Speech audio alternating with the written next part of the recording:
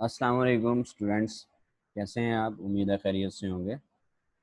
Today our topic is crafting the brand positioning. इस topic में हम अंडरस्टैंड करने की कोशिश करेंगे कि हम किस तरह से ब्रांड पोजीशनिंग क्राफ्ट कर सकते हैं इन द कंज्यूमर्स माइंड।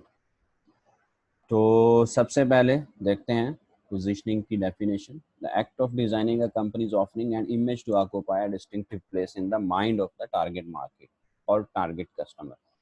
यानी आप यूँ कह लें कि क्राफ्टिंग द ब्रांड पोजीशनिंग या ब्रांड पोजीशनिंग एक ऐसा आर्ट है या एक ऐसा एक्ट है जो कि कस्टमर के माइंड में एक डिस्टिंक्टिव प्लेस बनाता है अगेंस्ट योर प्रोडक्ट, या आप यूँ कह लें against your product value, against your product attributes, product quality. तो आप ये कह सकते हैं कि आपके प्रोडक्ट को किस तरह से कोई कस्टमर सोचता है, किस तरह से उसको परसीव करता है, किस तरह से उस कस्टमर को लोगों को वो कस्टमर आपकी प्रोडक्ट को लोगों को बताता है। तो बेसिकली आपने एक डिफरेंट इमेज अपने ब्रांड का on the basis of their quality, on the basis of their attributes customer के माइंड के अंदर बनाना है। जिस तरह हम एग्जांपल लेते हैं, फॉर एग्जांपल अगर आप बात करें कोलगेट की, तो आपके माइंड में क्या आएगा कि ये एक टूथपेस्ट है और हम डेली यूज़ का एक आइटम है हमारा। ठीक है। सुबह मॉर्निंग में आपने जब भी उठना है तो आपने ब्रश करना है तो कोलगेट से आप ब्रश करेंगे। एक नॉर्मल आप यूँ कह लें कि आपकी दांतों की सफाई के लिए जो एक प्रोडक्ट है वो कोलगेट। ठीक है। इसी तरह जब हम सेंसोडाइन का नाम सुनेंगे तो हमारे माइंड में उसकी जो पोजीशनिंग है वो क्या है? वो ये है कि ये कोई दांतों की बीमारियों से रिलेटेड एक टूथपेस्ट बनाई है जो कि पर्टिकुलरली उन लोगों के लिए जिनको सेंसिटिविटी का इशू है, या उन लोगों के लिए जिनको दांतों में पेन रहता है, या उनको और भी जो अदर इश्यूज हैं उनके लिए सेंसोडाइन जो है वो मार्केट के अंदर मौजूद है दोनों कोर प्रोडक्ट दोनों की सेम है कि वो दोनों टूथपेस्ट हैं, लेकिन दोनों की पोजीशनिंग आपके माइंड में, कस्टमर के माइंड में डिफरेंट है। ठीक है जी। तो ये बेसिकली ब्रांड पोजीशनिंग है। तो आपने अपने ब्रांड को किस तरह से पोजीशन करना है कस्टमर के माइंड में, ये अब आपकी पोजीशनिंग स्टेटमेंट आप कस्टमर को बताएगी। ये आपकी कम्युनिकेशन स्ट्रेटजीज इस चीज़ को आप यूँ कह लें रिफ्लेक्ट करेंगी कि कस्टमर आपका इमेज किस तरह का अपने माइंड के अंदर बनाए और आपकी प्रोडक्ट की क्या शनाख्त वो अपने माइंड के अंदर रखे। आगे चलते हैं जी। एक और चीज़ है हमारे पास, हम इसको कहते हैं वैल्यू प्रोपोजिशन। ये बड़ा इंपॉर्टेंट रोल प्ले करती है वैल्यू प्रोपोजिशन आपकी ब्रांड पोजीशनिंग को फॉर्म करने में या क्राफ्ट करने में। वैल्यू प्रोपोजिशन क्या है? बेसिकली कि वो स्टेटमेंट है, वो प्रोपोजिशन है आपकी जो कि आपकी प्रोडक्ट की कोर वैल्यू को डिलीवर कर रही है कस्टमर तक। इसमें हमारे पास तीन चार एग्जांपल्स हैं यहाँ पर। सबसे पहले हमारे पास हार्ड्स की एग्जांपल है जो कि बिजी प्रोफेशनल्स के लिए एयरपोर्ट टैक्सी है। ठीक है। या आप यूँ कह लें कि एयरपोर्ट के अलावा भी उसकी सर्विसेज मौजूद हैं, लेकिन उन्होंने जो पर्टिकुलरली अपनी वैल्यू प्रोपोजिशन बताई है, उन्होंने टारगेट किया उन कस्टमर्स को जो कि एयरपोर्ट से घर तक या अपने ऑफिस तक ट्रैवल कर रहे हैं। उनकी वैल्यू प्रोपोजिशन या वैल्यू प्रोपोजिशन स्टेटमेंट क्या है? Fast convenient way to rent the right type of car at an airport. इसी तरह वॉल्वो की स्टेशन वैगन है। वॉल्वो की स्टेशन वैगन जब उन्होंने इंट्रोड्यूस की थी, यानी वो एक लग्जूरियस कार को या एक नॉर्मल कार को उन्होंने एक वैगन के अंदर कन्वर्ट कर दिया। यानी पहले वो 5 सीटर थी, उसके बाद उन्होंने उसको 7 सीटर बना दिया, पीछे थोड़ी सी स्पेस एक्सटेंड कर दी।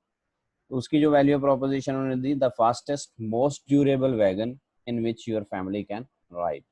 इसी तरह डोमिनो पिज़्ज़ा की देख लेते हैं। A delicious hot pizza delivered promptly to your door. यानी डोमिनो की जब आप बात करेंगे तो आपके माइंड के अंदर यही इमेज उसका आ सकता है as per their value proposition, कि हम घर में बैठ के आराम से पिज़्ज़ा को एंजॉय कर सकते हैं और जब भी हमें भूख लगेगी या हमें पिज़्ज़ा खाने का मूड होगा तो 15 से 20 मिनट के अंदर हम पिज़्ज़ा खा सकते हैं। ऐसा नहीं है कि हमें किसी रश वाली जगह पर जाना पड़े, किसी रेस्टोरेंट के अंदर बैठना पड़े और वहाँ पर बाकी लोगों के साथ बैठ के हमें पिज़्ज़ा खाना पड़े। तो इसकी वैल्यू प्रोपोजिशन या आप यूँ कह लें कि इसका जो पोजीशनिंग है आपके माइंड के अंदर वो ये है कि डोमिनो से बस सिंपल ऑर्डर करो और 10 मिनट में पिज़्ज़ा आपके घर आ जाएगा और आप उसको खा सकते हो। तो इसी तरह डिफरेंट ब्रांड्स की different value propositions basically explain करती हैं कि वो उसकी कस्टमर उसके बारे में किस तरह से सोचेगा, कस्टमर के माइंड में उसकी क्या प्लेस होगी, कस्टमर के माइंड में उसका क्या इमेज होगा किसी भी ब्रांड का। तो ये बेसिकली ब्रांड पोजीशनिंग को फॉर्म करने के लिए या ब्रांड पोजीशनिंग को सक्सेसफुली कस्टमर के माइंड में क्राफ्ट करने के लिए हम वैल्यू प्रोपोजिशंस को भी यूज़ करते हैं। नेक्स्ट है जी हमारे पास identifying potential points of differences and points of parity.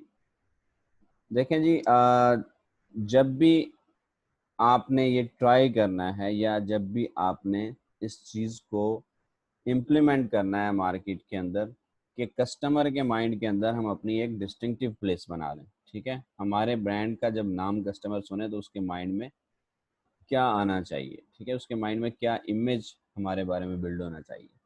तो सबसे पहले आप पॉइंट ऑफ डिफरेंसेस को एवेलुएट करते हैं, ठीक है। आप ये देखते हैं कि हमारा जो कंपेटिटर है उसके उसके अगेंस्ट हमारी प्रोडक्ट के अंदर कौन कौन से जो हैं वो एट्रीब्यूट्स हैं या ऐसे पॉइंट ऑफ डिफरेंसेस हैं जिसकी बेसिस पे हमारी प्रोडक्ट हमारे कंपेटिटर की प्रोडक्ट से डिफरेंशिएट करती है, ठीक है। तो इसकी डेफिनेशन देखते हैं। सबसे पहले, एट्रीब्यूट्स और benefits consumer strongly associate with brand, positively evaluate and believe they could not find the same extent with the competitive brand। यानी कस्टमर इस चीज़ पे बिलीव करता हो कि ये वाले एट्रीब्यूट आपके कंपेटिटिव ब्रांड के अंदर मौजूद नहीं है। इसी तरह पॉइंट ऑफ पेरिटी है, ये वो पॉइंट्स हैं या ये वो एट्रीब्यूट्स हैं जो कि सिमिलर हो सकते हैं दोनों प्रोडक्ट्स में। यानी कोर प्रोडक्ट है, फॉर एग्जांपल जब हमने सेंसोडाइन और कोलगेट की बात की तो दोनों टूथपेस्ट हैं, ठीक है। अगर हम नेशनल की या मेहरान मसालों की बात करें या शान मसालों की बात करें तो उनकी कोर प्रोडक्ट मसाले ही हैं, ठीक है। उसके अंदर और डिफरेंसेस हो सकते हैं, उनकी प्रोडक्ट कैटेगरी उनकी सेम है, उसके अलावा सेम मार्केट के अंदर उनकी प्रेजेंस है, ठीक है। तो वो ये उनके पॉइंट ऑफ पैरिटी हैं, यानी कि वो पॉइंट्स जो कि किसी ना किसी एक रीज़न की वजह से वो सिमिलर हैं, उनको हम पॉइंट ऑफ पैरिटी कंसीडर करते हैं। अच्छा जी, ये हमारे पास एग्जांपल है वॉक्सवैगन और रेनॉल्ट की। हमारे पास है जी, सबसे पहले वॉक्सवैगन को देखते हैं। इसके जो पॉइंट ऑफ डिफरेंसेस हैं इसमें सबसे पहले जर्मन क्वालिटी है। वो क्लेम करते हैं कि हमारा प्रोडक्ट जर्मन क्वालिटी का है और मेजर होम प्रोडक्शन है, यानी कि जर्मनी के अंदर ही उसकी प्रोडक्शन होती है ज़्यादातर। यूएसए के अंदर भी प्रेजेंट है, ये उनका पॉइंट ऑफ डिफरेंस है। प्रीमियम एंड लग्जरी कार्स बनाते हैं वो, ये भी उनका पॉइंट ऑफ डिफरेंस है। इसी तरह अगर हम आ जाएं रिनॉल्ट की तो वो कहता है कि चीप प्राइस है हमारे प्रोडक्ट्स की, और अभी रिसेंटली क्योंकि उन्होंने इलेक्ट्रॉनिक व्हीकल्स की तरफ वो मूव कर गए हैं तो वो कहते हैं कि हम इलेक्ट्रिक व्हीकल्स बनाते हैं और इन्वायरमेंटल प्रोटेक्शन पे हम काम करते हैं, या इन्वायरमेंटल प्रोटेक्शन को हम इंक्रीज कर रहे हैं या इन्हेंस कर रहे हैं।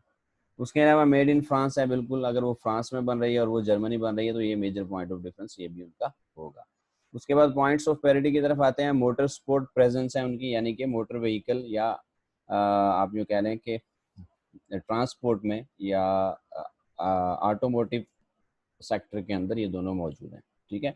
उसके बाद वर्ल्ड वाइड प्रेजेंस है दोनों की, दोनों बड़े ब्रांड हैं, बिग ब्रांड है। तकरीबन दुनिया के अंदर तकरीबन ऑलमोस्ट हर कंट्री के अंदर उनका प्रोडक्ट मौजूद है किसी न किसी तरह से। यानी कुछ कंट्रीज़ के अंदर उसकी प्रोडक्शन हो रही है, कुछ कंट्रीज़ के अंदर उसके आउटलेट्स हैं, उसके आप यूँ कह लें कि उसके शोरूम्स मौजूद हैं, कुछ कंट्रीज़ के अंदर वो इम्पोर्ट हो रही है। तो डिफरेंट तरीके से किसी न किसी तरह से वो वर्ल्ड मार्केट, पूरी वर्ल्ड वाइड ऑटोमोटिव मार्केट के अंदर वो कहीं ना कहीं मौजूद है।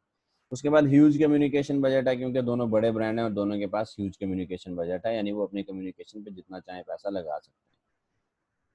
अच्छा जी, ये हैं दोनों पॉइंट ऑफ डिफरेंस भी हमने देखा और पॉइंट ऑफ पैरिटी को भी विद द एग्जांपल हमने डिस्कस किया। उसके बाद है जी हमारे पास consumer desirability criteria for PODs. Customer अगर आपकी पॉइंट ऑफ डिफरेंसेस को एक्सेप्ट करता है तो किस डिज़ायर की बेसिस पे उनको एक्सेप्ट करेगा। कस्टमर क्यों डिज़ायर करेगा कि आपके ये पॉइंट ऑफ डिफरेंसेस जो हैं इस तरह के होने चाहिए। ठीक है, तो सबसे पहले इसमें हम देखते हैं रेलिवेंस है, उसके बाद डिस्टिंक्टिवनेस और बिलीवेबिलिटी। रेलिवेंस से मुराद ये है कि कस्टमर की नीड के अकॉर्डिंग आपका प्रोडक्ट उससे रेलिवेंट हो, उससे रिलेट करता हो। दूसरी चीज़ हम इसमें ये देखते हैं कि कस्टमर की पर्सनैलिटी के मुताबिक आपका प्रोडक्ट जो है उससे मुमासलत रखता हो, उससे रेलिवेंट हो। जिस तरह हम ब्रांड पर्सनैलिटी की बात करते हैं, यानी आपके ब्रांड की जो पर्सनैलिटी आपने डिक्लेयर की है वो कस्टमर की पर्सनैलिटी के साथ भी मैचअप रखती हो। इस तरह डिस्टिंक्टिवनेस है कि अलग क्या है, कुछ डिफरेंट है आपके पास। ठीक है, वाकई कस्टमर समझता है कि ये आपका पीओडी है, पॉइंट ऑफ डिफरेंस है। ठीक है, जो आप क्लेम कर रहे हैं वो इतना डिस्टिंक्टिव, उसमें इतनी डिस्टिंक्टिवनेस है कि कस्टमर उसको माने कि हाँ भी वाकई ये डिफरेंट है। उसके बाद बिलीवेबिलिटी है, कस्टमर का ये बिलीव कि आपका वो पॉइंट ऑफ डिफरेंस उसकी नीड को फुलफिल करने के लिए अच्छा है, या उसकी नीड को अच्छे से वो फुलफिल कर सकता है। ठीक है, तो ये बेसिकली ये डिज़ायर्ड क्राइटेरिया होता है किसी भी पीओडी को एक्सेप्ट करने का कस्टमर के लिए। उसके बाद डिलीवरेबिलिटी क्राइटेरिया फॉर पीओडीज, कि आप अपने पीओडीज को जब मार्केट के अंदर लेके जा रहे हैं, यानी पॉइंट ऑफ डिफरेंसेस को क्लेम करने जा रहे हैं वैल्यू प्रोपोजिशन के थ्रू, तो आप कौन कौन सी 3 चीज़ें आपने इम्प्लीमेंट करनी है। ठीक है, सबसे पहले फिजिबिलिटी है, आपका जो पॉइंट ऑफ डिफरेंसेस हैं वो फिजिबल होने चाहिए। ठीक है, फिजिबल से मुराद ये है कि वो वाकई डिफरेंट होने चाहिए। आप जो क्लेम कर रहे हैं ऐसा नहीं है कि आप कोई बिल्कुल माइनर डिफरेंस है और उसको आप अपना कंपेटिटिव एज बना के मार्केट के अंदर कस्टमर को बता रहे हैं, तो ऐसा नहीं होता। समटाइम कस्टमर उसको एक्सेप्ट नहीं करता। तो ये ह्यूज डिफरेंस होना चाहिए, या आप यूँ कह लें कि वो ऐसा आपका पॉइंट ऑफ डिफरेंस होना चाहिए जिसका ह्यूज इम्पैक्ट हो। उसके बाद है जी कम्युनिकेबिलिटी, कि उसको आप कम्युनिकेट किस तरह से कर रहे हैं। ठीक है, जब आप कम्युनिकेट कर रहे हैं तो क्या आपका वो पॉइंट ऑफ डिफरेंस जिसको आप अपना मेजर पॉइंट ऑफ डिफरेंस बता रहे हैं, क्या वो as a major point of difference ही कम्युनिकेट हो रहा है, कस्टमर तक वैसे ही कम्युनिकेट हो रहा है कि कस्टमर उसको समझे कि हाँ जी वाकई ये इनका मेजर पॉइंट ऑफ डिफरेंस है। उसके बाद सस्टेनेबिलिटी है, आपका जो पॉइंट ऑफ डिफरेंस है, यानी जिसको आप क्लेम कर रहे हैं कि इन बेसिस पे हम डिफरेंशिएट कर रहे हैं कंपेटिटर से, वो सस्टेनेबल कितना है, क्या वो लॉन्ग टर्म में भी रहेगा। ठीक है, आप उसको लॉन्ग टर्म में लेके चल सकते हैं। जिस तरह एप्पल का सॉफ्टवेयर, एप्पल का आप मैकनटॉक है, उसके अलावा इसका iOS है इसके फ़ोन्स के लिए, तो वो लॉन्ग टर्म है। ठीक है, वो जब भी कोई नया प्रोडक्ट बनाते हैं तो उसमें उसी विंडोज़ को, उसी मोबाइल के ऑपरेटिंग सिस्टम को वो यूज़ कर सकते हैं। तो आपका सस्टेनेबल होना चाहिए पॉइंट ऑफ डिफरेंस। ऐसा नहीं है कि आप ओकेजनल बेसिस पे आपने उसको ले लिया, वो ओकेजन गुजरा तो वो पॉइंट ऑफ डिफरेंस आपका ख़त्म हो गया। सीजनल नहीं होना चाहिए कि एक सीज़न के लिए आपने उसको लेके आए, आपने कहा जी इस सीज़न में हमारे पास ये पॉइंट ऑफ डिफरेंस है, लेकिन जैसे सीज़न गुजरा आपका वो पॉइंट ऑफ डिफरेंस ख़त्म हो गया। तो सस्टेनेबल होना चाहिए, लॉन्ग टर्म होना चाहिए मार्केट के अंदर। ऐसा नहीं है कि वो लिमिटेड टाइम स्पैन के लिए हो और उसके बाद वो ख़त्म हो जाए। इस तरह ना आप कस्टमर के माइंड में अपनी पोजीशनिंग बना सकते हैं, ना ही कस्टमर लॉन्ग टर्म के लिए आपको डिफरेंशिएट कर सकता है कंपेटिटर की प्रोडक्ट से। ठीक है, तो ये इसके बाद हम डिस्कस करेंगे, हमारे पास डिफरेंशिएशन को हम डिस्कस करेंगे कि डिफरेंशिएशन को किस तरह से ब्रांड पोजीशनिंग के अंदर हम देखते हैं और वो क्या रोल प्ले करता है। वो नेक्स्ट वीडियो के अंदर हम डिस्कस करेंगे। अभी इस वीडियो में यहीं तक हम इसको क्लोज करते हैं। उम्मीद है आपको समझ आई होगी।